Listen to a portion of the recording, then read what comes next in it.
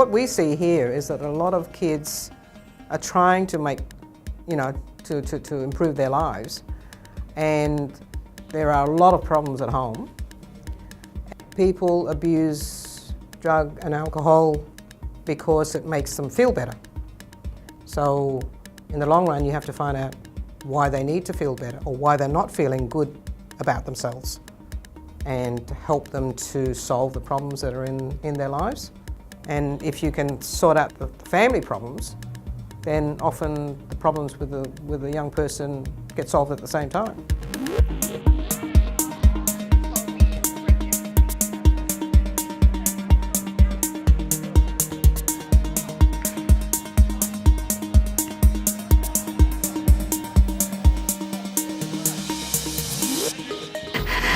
The young people that come here come because they have significant drug and alcohol concerns. So at the point that they're presenting here, they're usually at the pointy end where things have really gone wrong. So there may be concerns regarding significant mental health, relationship breakdown, whether that's with their family or with their friends. They may be starting to disengage from education and employment. Young people who feel a compulsion to drink because they're wanting to fit in or be normal or look good, and I guess that's a concern because there's this perception that binge drinking is normal. When people look at social media, they think that all of their friends are out there drinking and having fun, and that they need to drink to have fun. And what we can tell you is that more than the majority of young people are not drinking.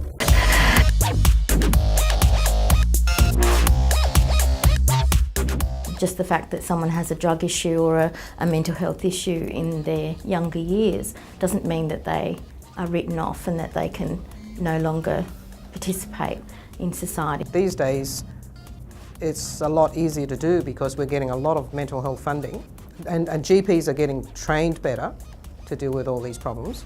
So we can find out what's worrying them, and then we can refer them to the appropriate people to help them. If they're still at school, it's always a good idea to see the school counsellor.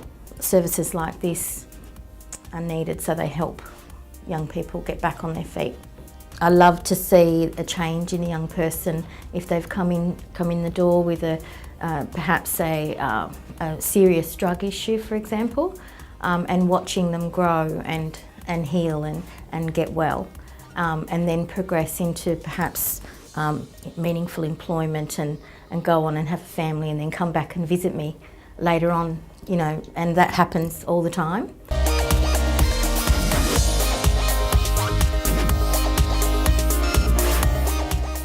Perceptions of what is normal for young people needs to possibly change, and if we can allow more opportunities for young people to feel socially connected to their peers in a more appropriate way that's also interesting and fun, then that's probably the way to go.